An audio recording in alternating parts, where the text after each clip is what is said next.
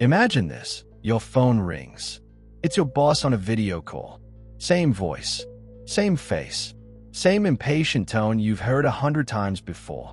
Is asking you to transfer money, and the situation sounds urgent. You don't think twice. You obey. Minutes later, millions vanish into a ghost account overseas. And only then do you realize it wasn't your boss at all. It was an AI-generated illusion, a ghost in the machine. This is the story of the Deepfake Heist, when criminals stole $1 million without firing a single shot, proving that the most dangerous weapon of the future may not be a gun, but a voice. It began on what seemed like an ordinary workday inside a bustling corporate office. A mid-level finance manager, we'll call him Mark, sat at his desk, juggling spreadsheets and email threads, when his phone buzzed with an incoming video call. The name flashing on the screen wasn't unfamiliar. It was the company's regional CEO, a man Mark both respected and feared. Answering immediately, Mark saw the CEO's face appear. Sharp suit, familiar office background, even the habitual tilt of his head when he spoke. Mark, the voice said, hurried, clipped, with that same low gravel tone. We've got a confidential deal in progress. Time sensitive. I need you to wire funds immediately. Mark's stomach tightened. This wasn't unusual. Executives often called him for urgent requests, but the tone carried a sharper edge than normal. A pressure. Yes, sir, Mark replied. His fingers hovered over the keyboard as he listened to the instructions. An international transfer. 7 figures. Don't discuss this with anyone, the CEO insisted. This deal is sensitive. Trust me. And Mark did. Within 15 minutes, $1 million was gone. At first, Mark felt proud, trusted enough to handle a secret transaction at such a high level.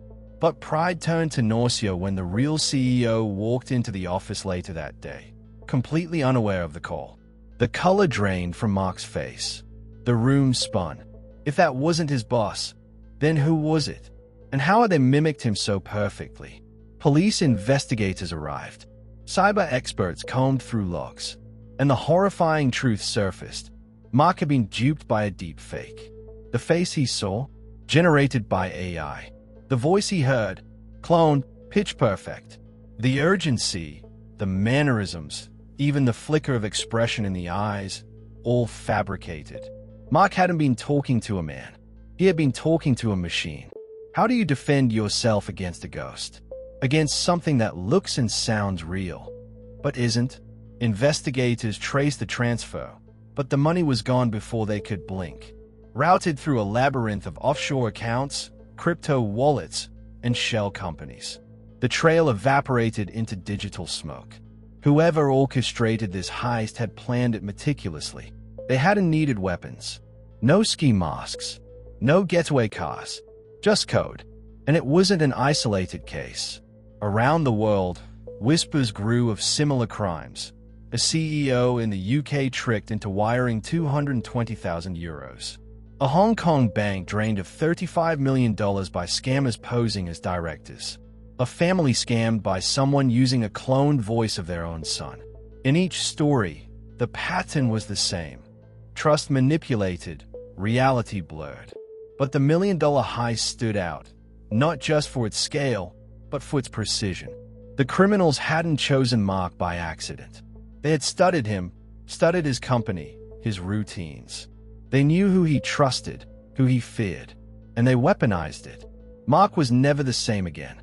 Imagine carrying the weight of that mistake. Every glance from a coworker felt like judgment. Every phone call felt like a trap. He couldn't shake the memory of that voice. How real it had sounded, how certain he had been. Guilt gnawed at him, though he was technically a victim, not a perpetrator. But the deeper horror wasn't just the money. It was the realization that reality itself had been hijacked. If a machine could fake a man's face and voice so perfectly, what else could it fake? Testimonies in court, political speeches, loved ones begging for help. Mark began to see ghosts everywhere. When his wife called, he hesitated before answering. When his son left a voicemail, he wondered, is it really him? That paranoia spread beyond Mark, into the entire company, then into society itself. Because once trust is shattered, how do you rebuild it? Behind the scenes, investigators discovered how the crime unfolded. The criminals had spent months collecting digital crumbs, public interviews of the CEO on YouTube, press releases with his voice, social media clips, enough raw material to train an AI to mimic him perfectly.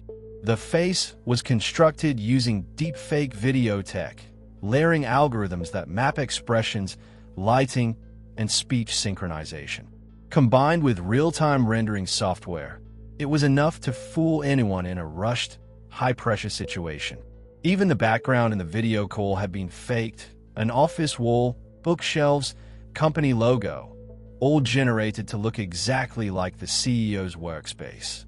It was a digital mask, worn not by a person, but by a program. And the chilling part, the criminals didn't need to be brilliant hackers. The tools they used weren't locked away in secret labs. They were public, accessible, even marketed as fun apps or productivity software. Anyone with a laptop and patience could build the same illusion. This heist wasn't just about money. It was about something more dangerous: belief. If someone can steal your money with your boss's voice, what else can they steal? Your identity, your reputation, your freedom? Courts around the world now face a terrifying question. If video evidence can be faked, how do we prove what's real? If a voice can be cloned, how do we trust confessions, phone calls, emergency alerts? Imagine receiving a call from your child, sobbing, begging you to send money. You hear their voice. You see their face on the screen. Would you question it? Or would you act? Many already have, and lost everything. The $1 million heist wasn't just a theft.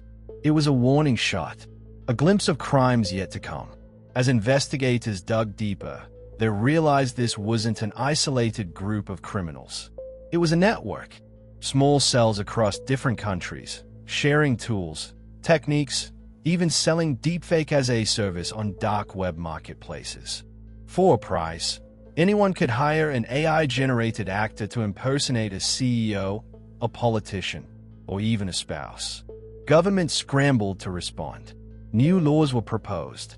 AI detection tools rushed into development. But every time one safeguard appeared, the criminals evolved. The tech improved. The fakes got harder to spot.